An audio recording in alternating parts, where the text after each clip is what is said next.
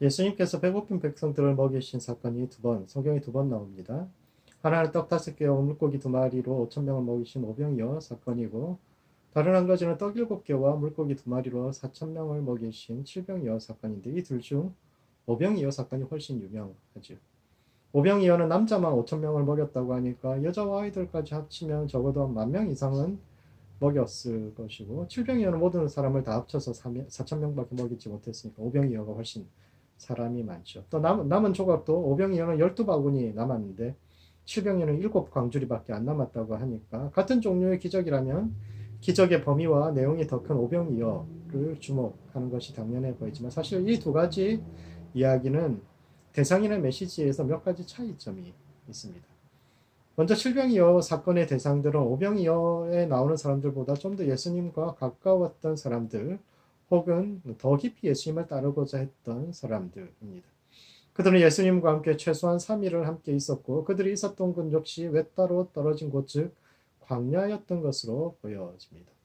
오병이어 사건은 하루 동안에 일어난 일이고, 그때 예수님께서 설교하신 곳은 마을에서 멀지 않은 것이었기 때문에 제자들도 사람들을 흩어서 근처 마을에서 먹을 것을 사 먹게 하자고 제안했지만, 칠병이어 사건에서는 그들이 예수님과 함께 벌써 사흘이나 있었는데 제대로 먹지 못했고, 또 가다가 먹을 것을 사 먹을 만한 곳이 마땅하지 않아서 기진할 수 있는 아주 외딴 광야였습니다.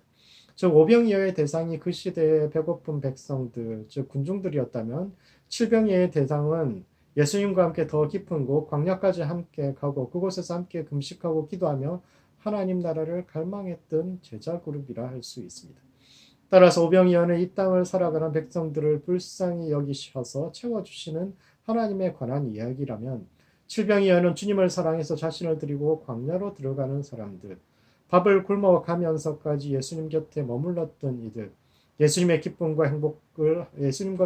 기쁨과 행복뿐만 아니라 고통과 십자가까지도 나눌 수 있는 그런 사람들에게 부어주시는 하나님의 복에 관한 이야기입니다.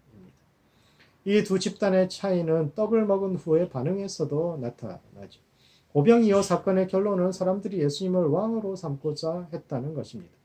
그들은 급식 사건에서 나타나는 하나님의 뜻, 즉 12바구니의 떡을 주시며 이스라엘 12지파 가운데로 흩어져 다른 사람들에게 복을 나누기를 원하는 그 뜻을 이해하지 못하고, 그저 예수님을 왕으로 삼아 계속 그 떡을 얻어먹기만을 구합니다.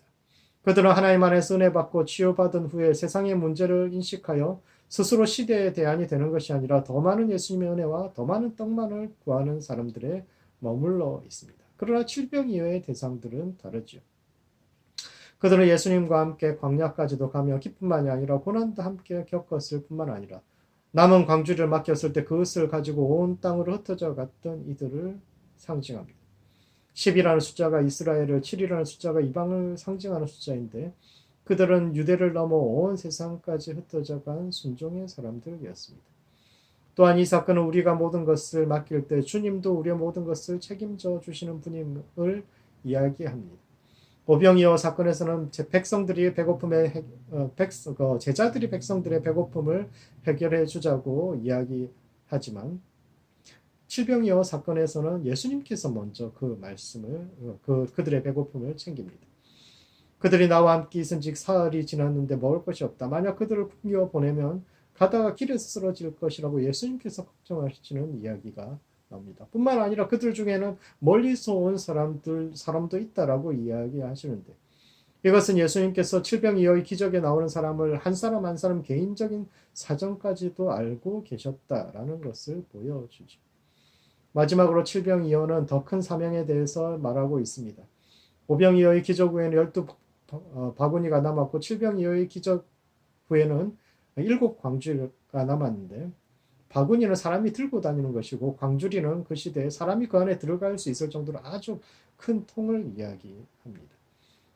그러므로 이 두 사건에서 남은 떡이 그 떡을 먹은 사람들이 가져가서 남은 떡은 다른 사람들에게 나누어 줘야 할 사명, 즉 제자들에게 남겨진 사명을 의미하는 것이라면, 7광주리의 떡은 12바구니의 떡과는 비교도 할 수 없을 정도로 많을 뿐만 아니라 12와 7이라는 숫자에서도 알 수 있듯이 그들의 사명은 유대 땅에 한정되지 않고 온 세계에 걸쳐 있었다라는 것을 의미하는 것입니다.